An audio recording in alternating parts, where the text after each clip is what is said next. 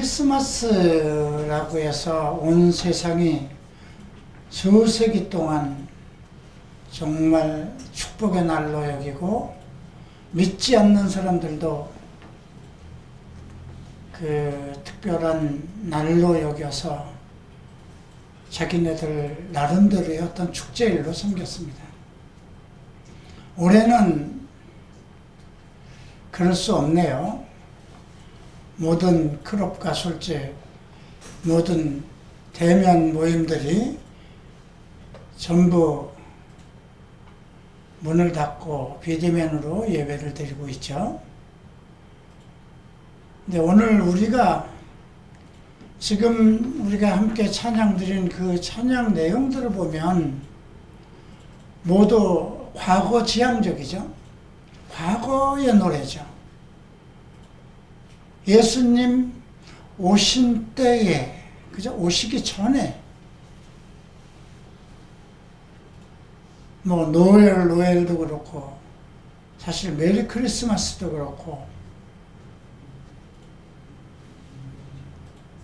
그 모든 것이 어린 양 예수 그리스도의 오심을 축복하는 노래입니다. 우리는 그 시대에 살고 있는 거 아닙니다. 이제 이 캐롤송이 바뀌어야 되지 않을까요? 구약의 모든 이스라엘 백성들도 예수께서 오신다는 것을 성경으로 알고 있고 또 나름대로 고대하는 사람들이 있었습니다. 그래서 예수님 태어나셨을 때 그 안나와 같은 그 과부는 84년 동안을, 과부된 지 84년을 성전에서 고대했죠. 우리가 그런 내용들을 모두 성경을 통해서 보고 있습니다. 그런데 중요한 것은 우리는 예수님이 이 땅에서 모든 것을 이루시고 하늘에 오르신 지 2000년이 넘은 시대에 살고 있다는 것입니다. 그리고 바울이 마라나다라고 외친 이 어서 오시옵소서 하는 그 마라나타는 이 땅에 오실 예수, 이 땅에 오신 예수를 송축하는 것이 아니라 미래지향적이었습니다. 어서 오시옵소서. 우리가 그 선고를 함께 먼저 보겠습니다. 고린도전서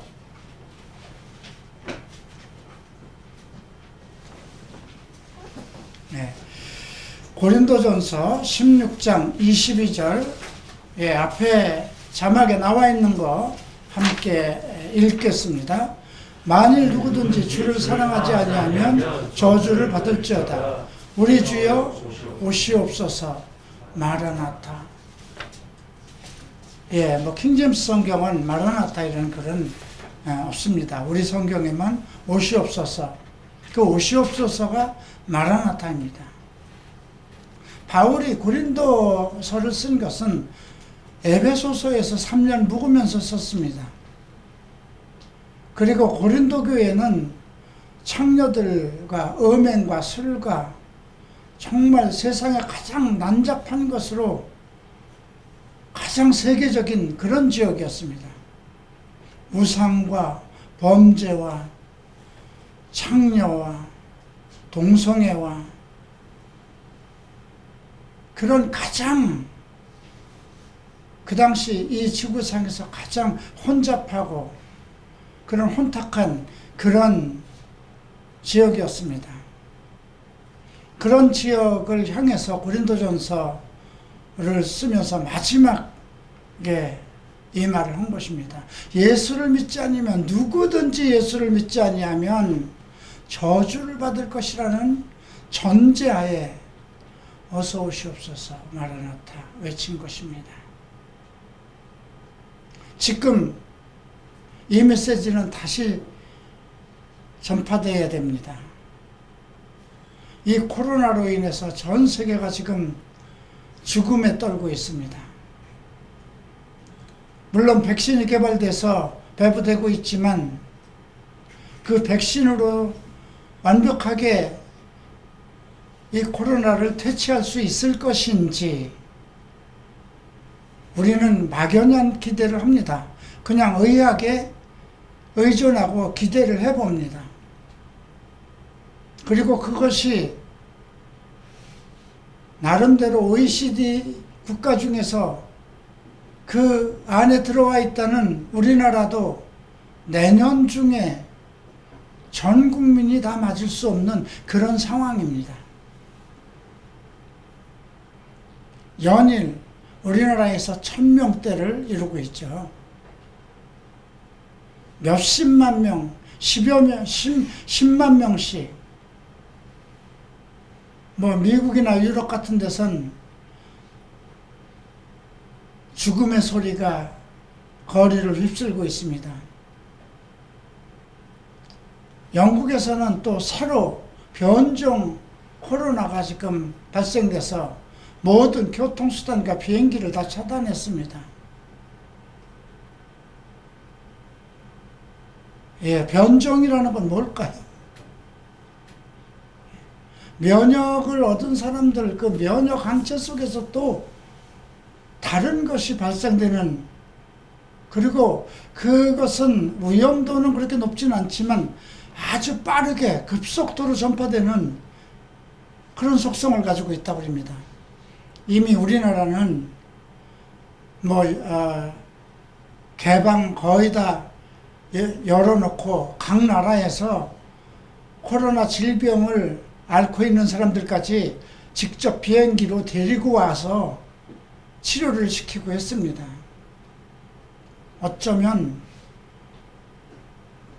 국가의 오지랖 넓은 정책인지 모르겠습니다. 그죠? 우리나라에 남아있는 외국인들이 코로나에 걸리면 우리나라에서 치료를 해주게 되어 있습니다. 그런데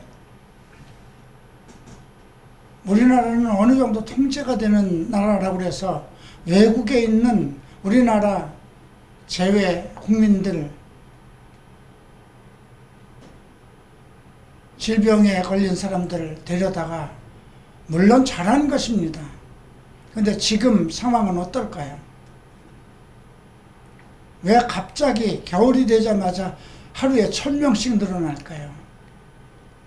이제 식당도 5명 이상 들어갈 수 없고 5명 이상 모임도 가질 수 없습니다. 모든 스키장이라든가 호텔도 지금 다 문을 닫아야 할 지경입니다. 만약에 이게 1000명에서 1200, 300, 500 지나면 어떻게 될까요?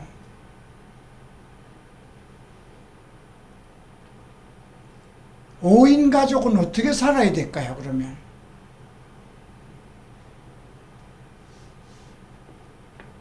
참 이런 시대를 우리가 살고 있습니다. 만약에 이것이 1년 이상 더 지나가면 모든 경제가 망하지 않겠습니까? 국가 부도가 나지 않겠습니까? 국가에서는 계속 2차, 3차 지원금을 또 준비하고 있는데 그게 우리나라에 무슨 돈이 자원이 있어서 그런 겁니까? 다 빚내서 하는 것이죠. 지금 부동산은 서울 지금 아파트 값이 20억, 30억씩 올라갔습니다. 전세는 얻을 수 없는 지역이 되었습니다. 코스피가 2,800으로 올랐다는 건 무슨 증상일까요? 한국 환율이 오르는 것 때문에 외국 시장의 돈들이 전환이 빠른 한국 증권 시장으로 몰리는 겁니다. 거기에 젊은이들이 부동산 살 수는 없고 은행 대출 있는 대로 받아가지고 몰아서 또 정권에다 투자를 하고 있습니다. 이것이 갑자기 또 문제가 생기면 어떻게 될 겁니까? 한 치 앞을 볼 수 없잖아요. 내다볼 수 없잖아요. 그죠? 지금 어떤 사람들은 코스피가 3,000까지 오른다고 합니다. 그런 소문이 나니까 지금 젊은이들이 연일 동학개미라고 불리면서 있는 돈 쓸어 모아서 빚내서 증권 삽니다. 그런데 우리가 IMF 때 증권으로 아주 폭락해서 망한 사람들이 한두 사람이 아닙니다. 그런 날이 없을 것 같습니까? 계속 코스피가 3,000까지 오르고 지금 삼성전자 주식을 사도 3,000까지 코스피가 오른다면 물론 800선, 900선까지 상한치를 치겠죠. 그런데 모든 돈을 거기다 쓸어 모아서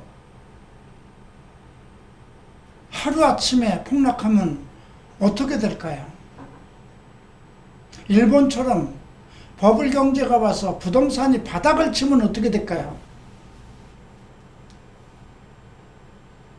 우리나라는 더 위험한 부분이 있습니다.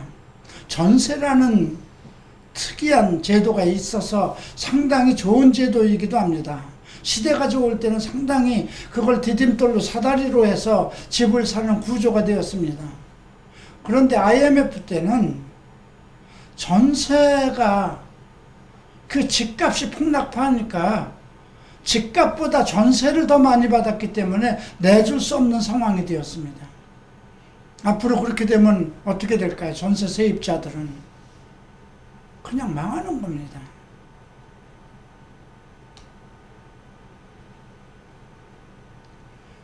그럼 제일 위험한 것이 무엇일까요? 가장 경제 공황이 올 때 발생되는 것이 전쟁입니다. 국가가 망하니까 우리가 지금 이런 시대를 살고 있어요. 바울이 고린도 교회에게 편지를 보냈던 그때와 다를 게 없어요. 그때만 해도 네로 황제의 치하에서 크리스찬들이 핍박을 받고 예수를 믿으면 유대인들에게 공격을 받고 또 로마 정부에게 핍박을 받아야 되는, 그래서 크리스찬들끼리 서로 뭉쳐서 서로 사랑하지 아니하면 안 되는 그런 시점에 이 편지를 쓴 겁니다. 만일 누구든지 주를 사랑하지 아니하면 저주를 받을지어다. 주여, 우리 주여 오시옵소서. 마라나타. 그런데도 지금 많은 교회들이 아직도 어린 양 예수를 외치고 있습니다. 어린 양 예수는 구약 시대에서 바라던 것입니다. 이스라엘 백성들에게 주신 그리스도에 대한 모형이요, 비전입니다. 우리는 살아계신 예수 그리스도를 영접해야 되는 것입니다. 어린 양 예수는 이미 우리가 예수를 믿을 때 구약의 하나의 비전으로 이미 지나간 일입니다. 우리는 우리의 주 예수 그리스도를, 이 땅의 왕 대신 그리스도를 모시는 겁니다. 그래서 계시록 22장 20절에는 이것은 계시록 마지막 절입니다. 함께 우리가 읽도록 하겠습니다. 이것들을 증거하신 이가 가라사대 내가 진실로 속히 오리라 하시거늘 아멘. 주 예수여 오시옵소서. 이건 예수께서 하신 말씀입니다. 내가 진실로 속히 오리라. 물론 아직 2000년이 됐는데도 아직 안 오셨습니다. 그런데도 주님의 약속은 속히 오시겠다는 것입니다. 계시록에 있는 모든 7년 대환란에 있는 그 증거들을, 반드시 일어날 일들을, 이 땅에 7년 동안 재난이 일어나고 이스라엘 백성을 구원하고 그 모든 마지막 날에 있을 일들을 말씀하신 예수께서 약속하신 것입니다. 우리는 그 시대를 향해서 달려가고 있습니다. 그때 교회들은 아멘, 주 예수여 오시옵소서 이렇게 고백합니다. 지금 우리가 해야 할 일이 무엇일까요? 그리스도를 알기를 힘써야죠. 그죠? 영생은 우리 참 하나님과 그의 보내신 자 예수 그리스도를 아는 것이라고 그랬습니다. 얼마나 알아야 될까요, 우리가? 그리스도의 장성한 분량이 이르도록, 그리스도의 장성한 분량이라는 건 뭘까요?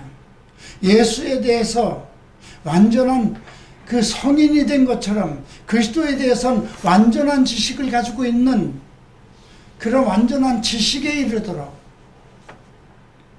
장성한 분량에 이르도록 예수를 믿는 것과 아는 것에 그리스도의 장성한 분량에 이르도록, 그 역할이 바로 교회이고 그 역할이 하나님께서 세우신 사역자들입니다.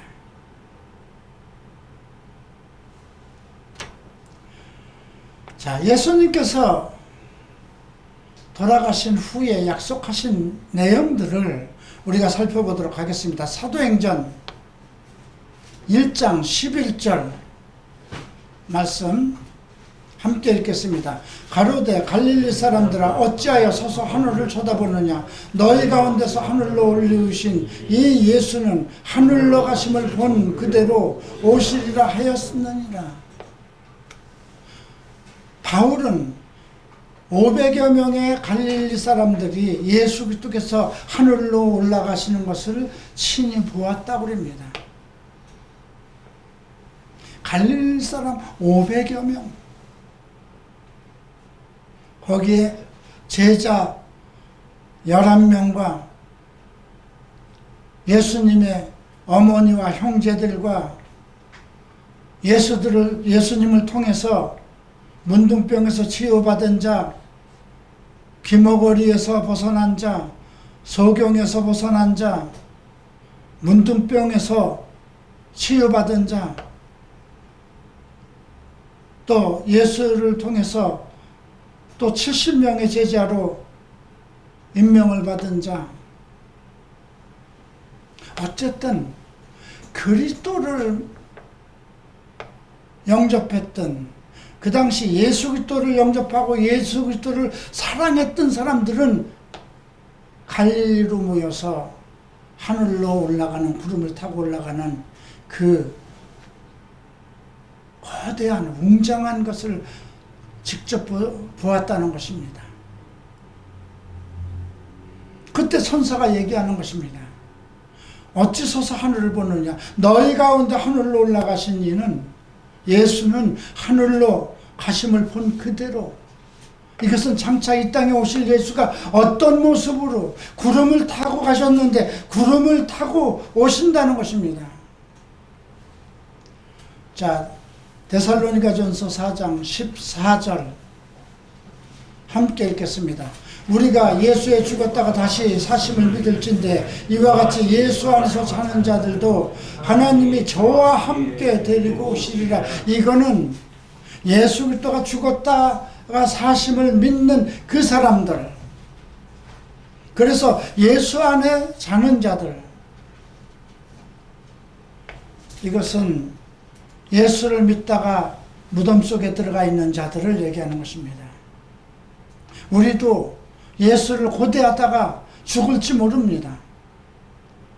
어쩌면 코로나로 인해서, 어쩌면 또 앞으로 어떤 전쟁에 의해서, 또 코로나보다 더 극심한 어떤 전염병에 의해서 죽을지도 모릅니다.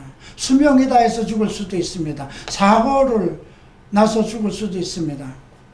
그러나 예수 안에 죽은 자들은 예수 안에 죽은 것이 아니라 잠을 잔다고 그러죠. 예수 안에 자는 자들도 하나님이 저와 함께, 예수와 함께 하나님께서 데리고 이 땅으로 오신다는 것입니다. 이건 성경의 약속이고 하나님의 약속입니다. 그러니 우리가 예수를 믿다 죽어도 억울할 것이 없는 것이, 그래서 바울은 그렇게 얘기합니다. 먼저 천사장의 나팔 소리와 함께 무덤이 열리고 죽은 자들이 먼저 일어나고 그 뒤에 우리도 하늘로 오를 것이라고 합니다. 그러므로 너희가 잠자는 자들보다 앞설 것이라 자만하지 말라고 경고합니다. 결코 잠자는 자들보다 앞서지 못할 것이라는 것입니다. 그러면 잠자는 자들이 예수만 믿고 허랑방탕한 생활을 해도 다 천사장의 나팔 소리를 듣고 그들의 무덤이 열려서 하늘로 오른다는 것입니까? 아닙니다. 오직 예수를 사랑하고 예수를 믿고 예수가 오심을 믿고 죽어도 다시 살아날 것을 믿으며 거룩한 증인으로서 의인으로서 살다가 죽은 자들을 얘기하는 것이지, 예수를 믿으면서 음행과 더러움과 악행과 동성애와 알코올 중독과 살인과 거짓으로 연연하며 살던 사람들에게 해당되는 것은 아닙니다. 그들에게는 하나님 나라를 상속받지 못한다고 이미 대못을 쳐놨습니다. 자, 또 계시록 1장 7절 말씀을 함께 읽겠습니다. 볼지어다 구름을 타고 오시리라. 각인의 눈이 그를 보겠고 그를 찌른 자들도 볼 터이요 땅에 있는 모든 족속이 그를 인하여 애곡하리니 그리하리라. 구름을 타고 오시리라고 얘기를 합니다. 그런데 갈릴리 사람 그 정인들만 보는 것이 아니라 그 각인의 모든 눈, 이 땅에 살아있는 모든 눈이 볼 것이며 그를 찌른 자들, 그러면 예수 그리스도를 못 박아 죽인 자들 로마 시대의 사람들이 본다는 것입니까? 아닙니다.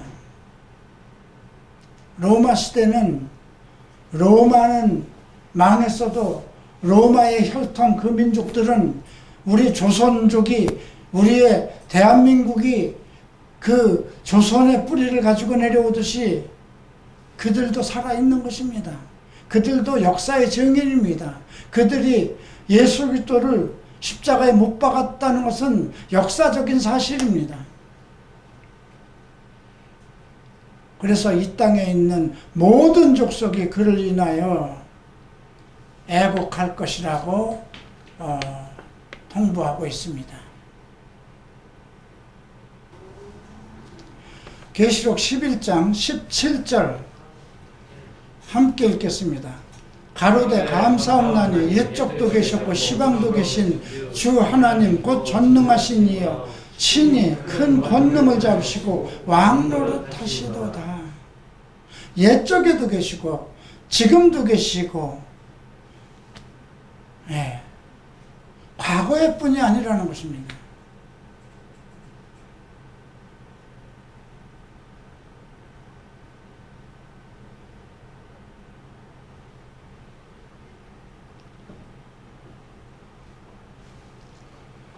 전능하신 이여 친히 큰 권능을 잡으시고 왕노릇 하실 것이라 이렇게 선언하고 있습니다. 또 계시록 20장 4절을 함께 읽겠습니다. 또 내가 보좌들을 보니 거기 앉은 자들이 있어 심판하는 권세를 받았더라. 또 내가 보니 예수의 증거와 하나님의 말씀을 인하여 목배임을 받은 자들의 영혼과 또 짐승과 그의 우상에게도 경배하지도 아니하고 이마와 손에 그의 표를 붙지도 아니한 자들이 살아서 그리스도로 더불어 1000년 동안 왕노릇하니, 이것은 천년 왕국 시대를 언급하고 있는 것입니다. 여기에 보면 예수의 증거와 하나님의 말씀을 인하여 목배임을 받은 자들의 영혼, 이건 그 7년 대환란 동안에 죽임을 당한 자들을 언급하는 것입니다.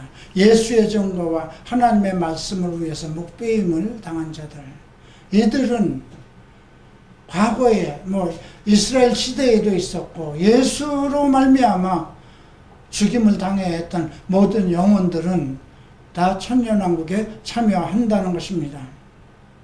또 영혼, 짐승과 그의 우상에게 경배하지 않고 그 이마와 손에 그 표를 받지 짐승의 표를 받지 않는 자, 이건 계시록 13장에서 언급한 거죠. 이 땅에 살아가면서 대활란을 맞는 사람들이 크리스찬들도 많을 것입니다. 거룩하고 온전하게 살지 못해서 들림을 받지 못하고 남아서 종교활동에 빠진, 그러나 그 예수를 믿던 많은 사람들이 있을 것입니다. 그들에게 한 번의 기회를 계시록에 언급되어 있습니다. 그래서 그들은 만약에 666표를 받지 않으면 모두 순교를 당해야 됩니다. 그들까지는 천년왕국에 들어갈 수 있다는 것입니다. 그러나 예수를 믿다가 예수가 온다는 것을 믿지 않고 그냥 세상 속에서 내가 이 땅에서 정말 어떤 종교활동 속에 더 커다란, 정말 모든 세상 사람들이 바라보는 그 사람이 이 땅에 오신 메시아인 줄 알고 그를 섬기며, 그런 사람들은 어떻게 될까요? 그들은 결국은 그 짐승 적그리스도와 함께 게헨나로 던져진다고 우리는 계시록에서 볼 수 있습니다. 그래서 이 20장 4절에 나오는 이 말씀만큼은 매우 중요한 말씀입니다. 이 계시록에 나오는 이 말씀을 통해서 나는 여기에 참여된 사람이 아니라 사전에 예수 그리스도를 믿어서 이 땅에서 거룩한 영혼으로 잠들다가 그리스도를 맞든가, 아니면 마지막 때라도 이 말씀에 깨어서 순교를 통해서라도 그리스도를 맞아야 될 것입니다. 계시록 20장 6절을 보시겠습니다. 이 첫째 부활에 참여하는 자들은 복이 있고 거룩하도다. 둘째 사망이 그들을 다스리는 권세가 없고 도리어 그들이 하나님과 그리스도의 제사장이 되어 1000년 동안 그리스도로 더불어 왕노릇하리라. 이것은 20장 4절에 있는 천년왕국에 들림을 받은 자들의 주는 이제 그 축복입니다. 그들과 함께 예수님께서 1000년 동안 이 땅에서 지도자, 통치자 생활을 하겠다는 약속입니다. 그래서 바울은 로마서 8장 17절에서 너희가 자녀면 상속자 예수 그리스도와 공동 상속자이니 그날에 그리스도의 날에 우리가 받을 영광은 우리가 잠시 받는 고난과 비교할 수 없다, 이렇게 얘기한 것입니다. 자, 이제 계시록 22장 5절을 함께 읽겠습니다. 다시 밤이 없겠고 등불과 햇빛이 쓸데없으니 이는 주 하나님이 저에게 비추심이라. 저희가 세세토록 왕노릇하리라. 자, 20장 4절, 6절과 이 가운데 또 22장 5절과 조금 왕노릇한다고 그러는데 조금 다른 점이 나와요. 그죠? 20장에서 나오는 1000년 동안 왕노릇한다는 것은 이 땅에서의 왕노릇이에요. 그죠? 이 땅에서. 예수 그리스도께서 이 땅에 재림하실 때에 지금 20장 4절에 있는 예수의 증거와 하나님의 말씀으로 목배임을 받은 그 영혼들과 또 우상에게 경배하지 않고 이마와 손에 표를 받지 아니한 자들, 그 두 무리로 나는 그 두 무리 속에 있어야 되는 것입니다. 그런데 이 무리 속에 들어가지 않은 사람들, 우리는 그 두 무리가 아니라 우리는 사전에 들림을 받은 자들이잖아요. 그죠? 죽었다 하더라도 우리가 무덤이 먼저 열려서 들림을 받고, 살아서 들림을 받든지 이 둘 중에 있는 자들이 돼야 됩니다. 우리 교회 식구들은. 그런데 내가 보호자들을 보니 거기 앉은 자들이 있어 심판하는 권세를 받았다. 이 위치에 우리가 있어야 된다는 것입니다. 이것은 제자들에게, 예수님께서 12 제자들에게 주신 특권이거든요. 그래서 그리스도의 교회 모든 성도들이 거룩하고 의롭게 살다가 죽음을 당했든가 아니면 들림을 받든가 하는 자들은